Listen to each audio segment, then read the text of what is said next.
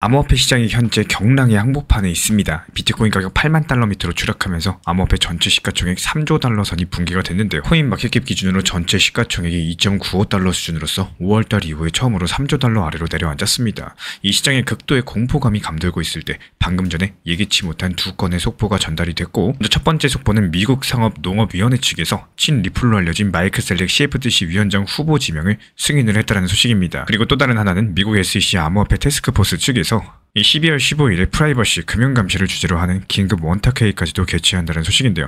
얼핏 봤을 때 단순한 규제 소식 같지만 이 두 가지 사건 뒤에는 우리가 놓쳐서는 안 될 거대한 서사가 숨어 있다는, 과연 이런 것들이 어떤 것을 의미하고 있을까요? 오늘 영상 통해서 그 숨은 층을 낱낱이 파헤쳐 보도록 하겠습니다. XRP 2750원 단기 저점 매수가 무사히 체결이 됐습니다. 그리고 방금 전 예상했던 단기 되돌림이 그대로 들어오면서 현재 가격 2800, 2900원 선까지 반등 중에 있는데요. 사실 이런 순간이 가장 어렵습니다. 막 빠지던 시장이 갑작스럽게 되돌림 반등 나올 때 이 대부분의 투자자분들께서 여기서 팔아야 되나, 이거 더 들고 가야 되나, 아니면 아까 못 산 거 다시 들어가야 되나, 이 마음이 한 번에 복잡해지시곤 합니다. 하지만 우리 신사 채널 구독자분들이라면 흔들릴 이유가 전혀 없겠죠. 왜냐면 저점 분할 매수, 단기 되돌림, 분할 익절까지 처음부터 시나리오대로 딱딱 움직이고 있기 때문입니다. 이번 2750원 구간은 단순한 반등 자리가 아니라 시장이 크게 흔들릴 때 이 가능성이 가장 높은 저점 리스크 완충지대였어요. 그래서 저는 흔들리지 않고 바로바로 매수책을 안내드리면서 지금처럼 시장이 되돌아오면은 자연스럽게 단기 분할 매도 전략으로서 다음 타점 이어가는 흐름입니다. 지금 시점에서 필요한 건 욕심이 아니라 이 흔들리는 구간에서 마음을 지키는 힘입니다. 시장이 올라타는 사람보다 원칙을 지키는 사람이 결국에 수익을 가져가시고요. 지금처럼 실시간 타점과 속보, 전략들이 중요해지는 시기에서는 혼자 대응하기가 너무 어려우실 거예요. 잘못 들어가면 당일에도 5에서 10% 금방 손실 나버리죠. 그래서 실전 대응을 원하시는 분들은 제가 직접 실시간 타점 속보 드리고 있는 신사 채널 리플 XRP 실시간 커뮤니티 방에 들어오시면 됩니다. 입장 원하시는 분들 현재 보이는 번호로 문자 신청 주시면 입장 도움 드리고 있고요. 흔들릴 때 잡아드리는 손이 진짜 실력입니다. 지금처럼 중요한 자리에서는 더더욱 함께하는 게 안전합니다. 혼자 가지 마시고 다 같이 함께하세요. 구독과 좋아요, 알람 설정만 부탁드리고 우리 채널이 움직일 수 있는 원동력입니다. 오늘도 차분하게 원칙 지키면서 가신다면 이 시장은 결국에 준비된 사람에게 돌아온다는 사실 기억해 주시기 바랍니다. 이 최근 시장의 표면적인 상황은 정말 암울합니다. 비트코인의 가격이 급락하면서 암호화폐 시장 전체의 극단적 공포 심리가 감돌고 있죠. 실제로 암호화폐 공포 탐욕 지수는 0에서 100 중에 14로서 극도의 공포 단계에 진입을 했고, 각종 기술 지표도 바닥권을 가리키고 있다는 거. 그런데 이런 비관적인 시장 한파 속에서 두 가지 중대한 소식이 한꺼번에 나왔고, 미국 상업농업위원회 측에서는요, 이 암호화폐 규제에 키를 쥐고 있는 CFTC 위원장 후보로서 마이크 셀릭을 승인한 것이 첫 번째 뉴스입니다. 이 소식이 곧 전체 상원의 표결로 넘어가게 되는데, 만약에 여기서 통과가 되면요, 셀릭은 공식적으로 CFTC 위원장에 취임하게 되는 겁니다. 그리고 두 번째 소식, SEC 암호화폐 태스크포스가 다가오는 12월 15일 암호화폐의 프라이버시랑 금융감시 이슈를 다루는 원탁회의를 연다라는 발표입니다. 이 소식을 전한 코인텔레그래프 측에 따르면요, 미국 SEC 관계자들과 업계 경영진들이 한자리에 모여가지고 이 현안과 해결책을 논의할 계획이다라고 하고, 언뜻 봤을 때 그냥 규제 당국의 논의 일정 같지만요, 우리는 여기에 숨겨진 더 깊은 의미를 찾아야 되겠습니다. 이 두 가지 소식의 표면적인 의미는 정말 명확합니다. 먼저 CFTC 위원장 자리에 암호화폐의 우호적인 인물이 올라간다는 거, 이 규제 전환점에 본격적인 신호탄일 수가 있겠죠. 그리고 SEC가 업계랑 열린 대화를 진행하겠다고 밝혔다는 것 자체가 이 규제 당국이 시장과 적극적으로 소통할 의사가 있다는 뜻으로 읽힙니다. 하지만 여기에는 또 숨어있는 과거랑 현재의 연결고리가 있다는 거. 이 암호화폐 시장에서요, 친 리플 인사 그리고 암호화폐 원탁회의라는 이 두 단어가 동시에 등장했다는 것은 우연일까요? 이 각 사건 뒤에는 사람들이 잘 알지 못했던 흐름들이 작동하고 있다는 거고, 이번 영상 통해서 숨은 본질을 파고 들어가지고 왜 이것이 XRP 투자자들에게 상당히 중요한 이슈인지 하나씩 짚어나가 보도록 하겠습니다. 먼저 첫 번째 축은 마이클 셀릭 후보의 정체와 배경입니다. 이 셀릭은 현재 SEC 암호화폐 태스크포스의 수석 법률 고문을 맡고 있죠. 암호화폐랑 관련된 규제 전문가로서 손꼽힌다라는 거고, 작년 당시 트럼프 대통령이 차기 CFTC 위원장으로 공식 지명했는데, 여기서 암호화폐 업계에서는 특히 리플 우호적 인사로서 널리 알려져 있습니다. 이 과거 리플 사태가 한창일 때 여러 차례 공개적으로 발언을 했는데요. 2023년 한 강연에서는요, XRP 자체가 그저 컴퓨터 코드일 뿐이지 이 금이나 위스키처럼 상품으로 봐야 된다라고 주장을 남겼고, 즉 XRP를 증권이 아닌 상품으로 봐야 된다는 입장이었습니다. 심지어 미국 SEC가 리플에 20억 달러 정도의 벌금을 부과하려고 하면서 이거는 도저히 말이 안 되는 일이라고 강력하게 비판하기도 했었는데요. 이렇게 XRP를 두둔하면서 미국 SEC의 강경한 조치를 반대한 셀릭은 현재 업계에서 대표적인 친 리플 인사로 통하고 있는 상황. 실제로 과거 미국에서는 CFTC랑 SEC의 암호화폐 관할권이 늘 충돌을 해왔습니다. 이 비트코인 같은 주요 코인들은 2015년부터 CFTC가 상품으로 인정을 했고요. 선물시장 감독도 맡았었지만 알트코인 상당수는 SEC가 증권 성격이 있다라고 보고 규제를 해왔습니다. 이 대표적으로 XRP에 대한 SEC 소송을 보면요. 미국 SEC는 XRP를 미등록 증권으로 보고 판매 금지 조치를 취했었죠. 만약에 여기서 셀릭이 공식 CFTC 위원장으로 부임을 하면은 이런 전통적인 구도를 뒤흔들 가능성이 커진다라는 거. 이 CFTC 의장이 XRP를 상품으로 보면서 더욱더 적극적으로 지원을 한다면 이 시장에서는 자연스럽게 XRP를 담보로 하는 금융상품이라거나 ETF 허가 가능성이 커질 수가 있겠습니다. 반면에 SEC는 최근에 비트코인이나 이더리움 현물 ETF 승인 등으로 암호화폐에 다소 우호적이지만요. 여전히 ICO나 신규 토큰 규제에는 강경한 편입니다. 이 셀릭 한 명의 입장이 바로 정책으로 이어지는 것은 아니겠지만요. 현재 셀릭이 주도하는 CFTC가 향후 규제의 방향타를 조금씩 틀어나갈 것이다. 이런 기대감이 생기고 있는 상황이죠. 그러면 여기서 미국 SEC 태스크포스의 원탁회의도 살펴보죠. 이 미국 SEC가 작년부터 암호화폐 태스크포스를 만들어가지고 업계 의견을 청취하고 있는데요. 이번 원탁회의 주제는 프라이버시랑 금융 감시입니다. 이런 것들이 얼핏 봤을 때 개인정보 보호랑 자금 세탁 방지 정책의 균형을 다룬다는 의미로 읽히는데 사실 암호화폐 업계에서는 프라이버시 코인 규제라거나 이 디지털 자금 세탁 감시에 대해서 상당히 많은 우려가 있었죠. 이번 회의에서는 주요 암호화폐 기업 임원들과 미국 SEC 위원 등이 참석을 하면서 업계의 목소리랑 규제 방안을 논의할 예정이고 특히 리플과 관련해가지고는 리플이 출범한 리플 레저가 이 거래 투명성과 속도에 특화된 구조를 갖고 있어서 개인정보 보호 이슈랑 거리가 상당히 먼 편입니다. 그럼에도 리플은 전통 금융권과 협업하기 위해서 여러가지 KYC 솔루션을 개발 중인데요. 이 규제 당국과 긴밀하게 소통하는 몇 개 안 되는 암호화폐 기업입니다. 현재 SEC가 주도하는 이 원탁회의에서는 리플의 어젠다가 직접 언급될지 미지수겠지만 적어도 암호화폐 전반을 관통하는 이 기준 마련 논의 과정에서 리플의 기술적, 비즈니스적 이런 사례가 참고될 가능성은 충분하다라는 거고, 결과적으로 이번 SEC 회의는 겉으로 사생활 보호 대 금융 감시를 주제로 하지만요. 실제로는 규제의 환경을 수정 정비하는 전환점이 될 수 있다는 것이 핵심입니다. 이렇게 과거랑 지금을 연결해보면요. 두 가지 뉴스가 시사하는 바가 분명해집니다. 과거 유사 사례를 떠올려볼까요? 예를 들어가지고 2018년 당시 ICO 붐 당시에 미국 SEC는 알트코인 대부분을 증권이라고 봤죠. 그러고 강력한 단속을 시작했습니다. 그 결과로서 업계는 자금 조달 방식 전환 같은 여러 가지 큰 변화를 겪었었다는 거고, 그리고 2021년 비트코인 등의 여러가지 급등 급락기에는 각국 규제 당국은 암호화폐 법적 지위를 명확히 하려는 시도를 늘렸습니다. 이런 것과 비교하면요. 현재 미국에서 CFTC 의장으로서 친암호화폐 인사가 임명될 가능성이 있다는 사실은 상당히 중요한 분기점이겠습니다. 만약에 이런 논의 자체가 없던 세계였었다면 XRP를 둘러싼 불확실성은 여전히 해소되지 못한 채로 암호화폐 기업들은 투자자를 구하기 어려웠을 거고, 하지만 지금은 과거랑은 다르게 업계랑 규제 기관 간의 소통이 점점 늘어나고요. 이 제도적인 틀도 정비되는 과정에 있다는 겁니다. 특히나 한국을 포함한 다른 나라들도 암호화폐를 법제 정비하고 있는데, 예를 들어 가지고 유럽연합은 미카 법안을 통과시키면서 이 스테이블코인 거래소 규제를 명문화했고요. 한국도 정부 차원에서 가상자산 기본법을 준비 중에 있습니다. 미국도 역시 이번 소식들을 기점으로써 암호화폐 정책의 큰 그림을 새로 그릴 가능성이 높고요. 이제는 미국 내부 시스템이 이번 사건을 어떻게 실제로 작동시키는지 단계별로 살펴보겠습니다. 먼저 CFTC 위원장 임명의 과정을 보죠. 단계 1번, 지명과 인준입니다. 작년 당시 트럼프 대통령이 셀릭을 CFTC 위원장 후보로 공식 발표했었고, 올해 초에 인준 청문회에서 셀릭은 암호화폐를 중요한 우선 과제라고 강조를 남겼습니다. 그리고 나서 오늘 상업농업위원회 인준 승인까지도 이르렀죠. 그리고 나서 다음 단계는요. 이 전체 상원 표결입니다. 여기서는 여당과 야당 간의 정파적인 이해가 맞물릴 거예요. 농업위의 인준이 당선 라인으로 통과가 된 만큼 이 본회의에서도 표결 처리가 유력하지만, 만약에 이런 것들이 미국 의회에서 법안 승인을 통해서 암호화폐 규제 범위를 명확히 하려는 움직임이 일어나게 된다면 이 절차가 복잡해질 수도 있다는 거. 어찌됐든 간에 셀릭이 위원장에 오르면은 그 다음 세 번째 단계로 넘어가게 되는 겁니다. 3단계에서 셀릭은요. CFTC를 이끌면서 실제 규제 방향성을 조정하게 될 겁니다. CFTC가 전통적으로 파생상품 시장을 감독해왔었지만 이제 셀릭이 암호화폐에 큰 관심을 보이고 있는 만큼 이 직간접적으로 암호화폐 시장 구조에도 영향력을 발휘할 수가 있다는 거. 예를 들어가지고 XRP랑 같은 이런 토큰의 분류 문제에서 이 CFTC가 보다 적극적인 목소리를 낼 수가 있겠고, 현재 미국 법정에서는 미국 SEC가 XRP를 증권으로 볼지 CFTC가 상품으로 볼지 갈등이 존재하고 있는데요. 이 새 위원장이 출연하면은 이 논쟁의 판세가 달라질 수가 있겠죠. 그리고 셀릭은 금융구조 개선을 요구해왔던 벤처 캐피털 개량도 가깝습니다. 실제로 헥슬레이트, 아크인베스트 같은 여러가지 주요 투자자들은 이번 셀릭의 CFTC 지명을 완전히 환영을 했고요. 그런 점에서 2023년 2월 미국 SEC의 비트코인 이더리움 ETF 승인 같은 것들도 셀릭 같은 인사 배경에서 이해해 볼 수가 있겠습니다. 이렇게 셀릭이 임명이 되면요, CFTC는 아마도 시장 구조 개선과 법적인 명확성 제공에 초점을 두기 시작을 할 겁니다. 예를 들어가지고 현재 논의 중에 있는 암호화폐 시장 법안이 미국 의회에 통과했을 때 SEC랑 CFTC 간의 권한 분리가 명확해질 수가 있겠죠. 이런 변화가 일어나면 누가 이득을 볼 수가 있을까요?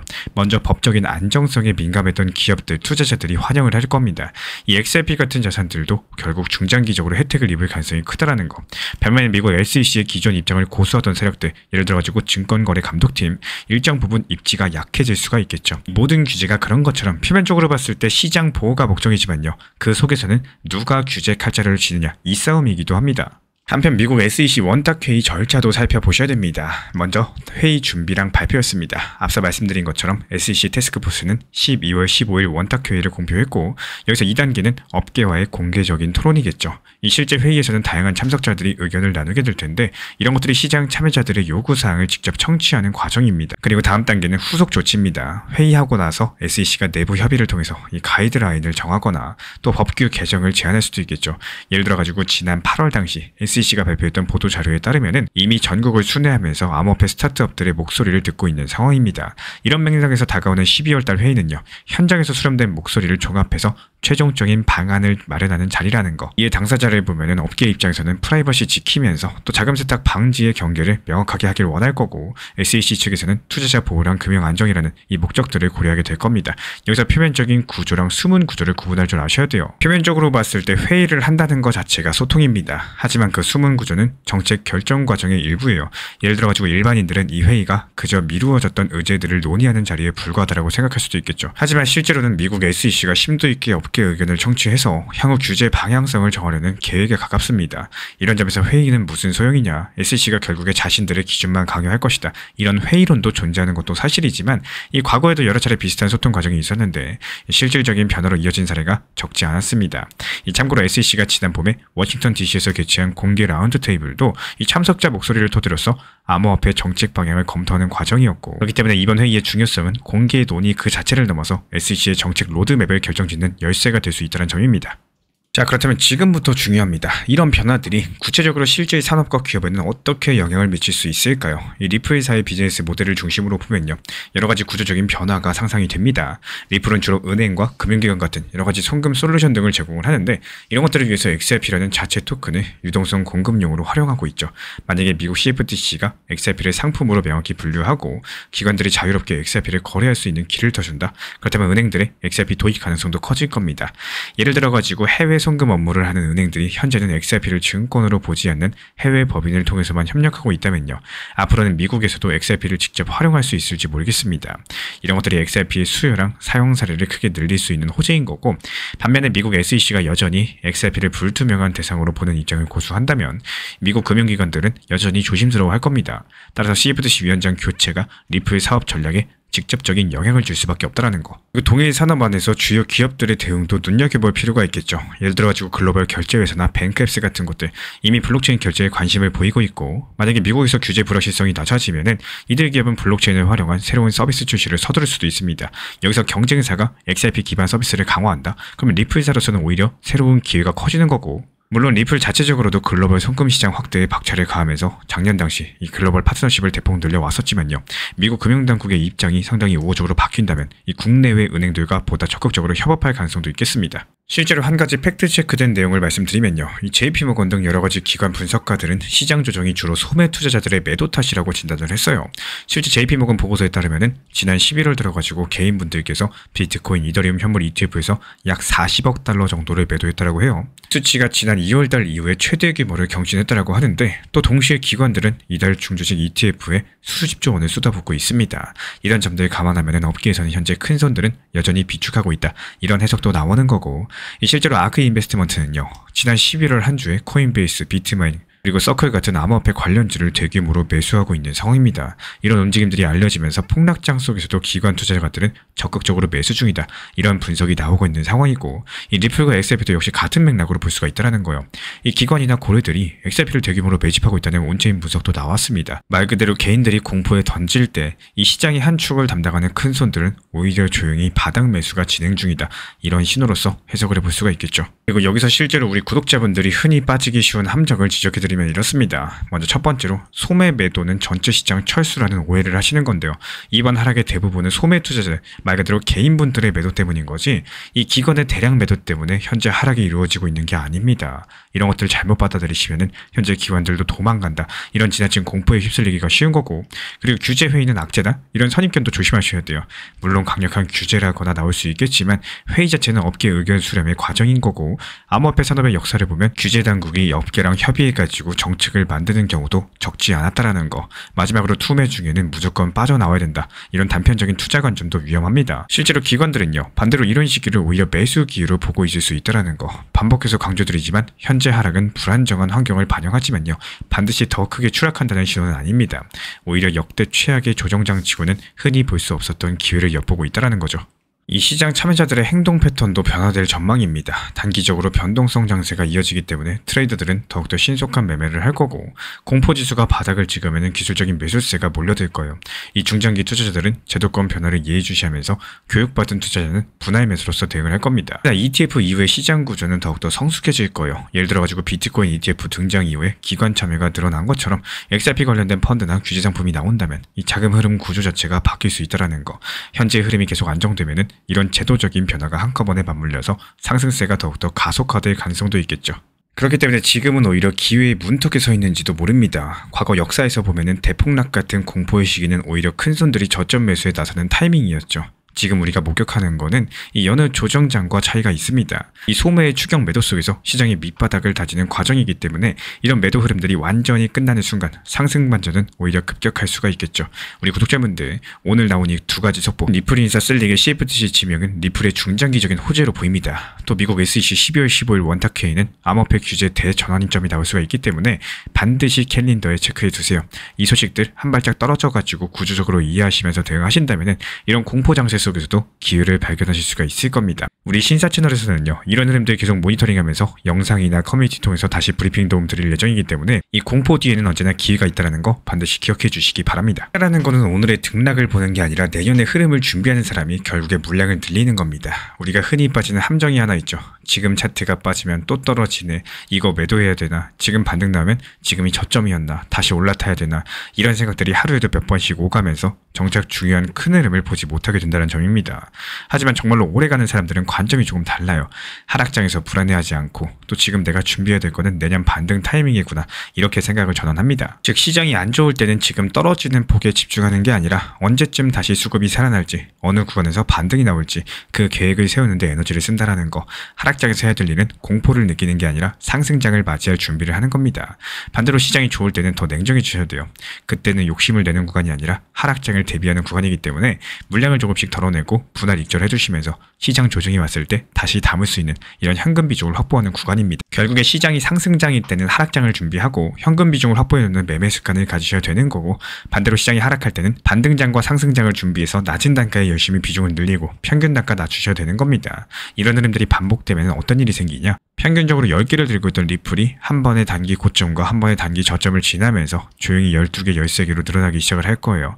이게 바로 시장을 이겨내는 게 아니라 흐름을 이용해서 물량을 늘리는 방식이라는 거. 제가 안내드리는 리플 정보방에서 시장이 좋을 때 오히려 전체적으로 분위기가 좋고 리플이 5,000원 돌파할 것 같고, 그런 분위기에서는 오히려 목표 타점을 통해서 이 적당 비중을 분할로 수익 실현을 통해서 현금 비중을 확보해 놓는 이유이기도 합니다. 결국에 내가 기분이 좋을 때 팔아야지 만족할 결과가 나오는 거지, 이 기분이 안 좋아질 때까지, 하락장이 찾아올 때까지 이렇게 기다렸다가 눈치 보면서 결국에 수익 실현 자체를 놓칠 필요가 없다라는 거 항상 강조드리지만요, 이 정보 커뮤니티에서는 원칙 매매, 목표 타점을 잘 활용하는 방향으로만 안내 도움 드리고 있습니다. 결국에 중요한 건 기술이 아니라 리듬인 거고 예측이 아니라 준비예요. 오늘의 빼기랑 더하기에 집중하는 분들은 계속 제자리에 흔들리고, 또 흐름을 길게 잡는 분들은 한 사이클 돌고 나면은 늘어난 물량과 낮아진 평단 보면서 조금 더 편안한 마음으로 다음 구간을 맞이하게 됩니다. 결국에 살아남는 건 하루의 변동이 아니라 사이클 전체를 준비한 사람이겠죠. 우리 신사 채널 차원에서 실시간 모니터링방, 리플 전용방 운영 중에 있기 때문에 우리 신사 채널 구독해 주신 분들 중에서 커뮤니티방 입장 원하시는 분들은 현재 보이는 번호로 문자 신청 주시면 입장 도움 드리겠습니다. 리플 XRP 투자에 있어서 이제는 투트랙 전략이 반드시 필요해지고 있습니다. 무턱대고 몰빵 하거나 반대로 또 손 놓고 기다리는 시대는 끝났어요. 첫 번째 트랙은 매달 분할 매수하시면서 시장이 빠지든 말든 일정 비중으로서 리플을 꾸준히 모아 나가시는 겁니다. 이거는 시간과 리스크를 분산할 수 있는 가장 효율적인 전략인 거고, 그리고 두 번째 트랙은 남은 현금 비중으로 알트코인 단타로서 굴려나갑니다. 수익이 나면은 그거를 다시 리플에 재투자하시면 되는 거고, 이게 바로 수익을 만드는 순환 매수 전략이 되실 거예요. 그런데 여기서 중요한 거는 단타 하실 때 조심하셔야 되는 거예요. 단타 매매 중독되면 끝장입니다. 이 매매 중독을 절대 조심하셔야 되는 거고, 예를 들어 가지고 시장이 과열인데도 지금 아니면 기회가 없다, 이런 조급한 생각에 RSI 지표가 이미 고점인데도 불안해서 또 들어가고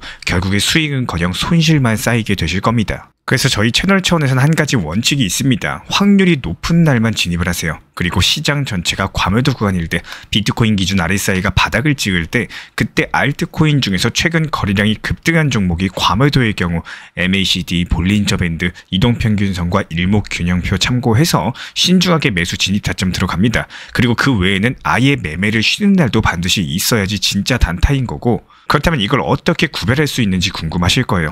여기서 챗 GPT가 등장을 합니다. 저희는 챗 GPT를 단순한 도구로 쓰지 않습니다. GPT한테 오늘 확률 높은 진입 타이밍이냐 이렇게 물어볼 수 있게 맞춤 프롬프트를 사용을 하는데요. 그리고 그 결과에 저의 실전 매매 노하우 30%를 덧붙여가지고 GPT 시그널을 보완합니다. 어떻게 하는지 궁금하신 분들 GPT 검색력과 활용 전략을 이용해가지고 이 두 가지를 한 방에 알려드리고 있습니다. 현재 보이시는 번호로서 리플 단타라고 문자 남겨주세요. 지금 이 영상 보신 분들에게만 오픈합니다. 그냥 GPT 쓰는 법이 아니라 투자로 연결되는 GPT 사용법 지금 바로 알려드리도록 하겠습니다.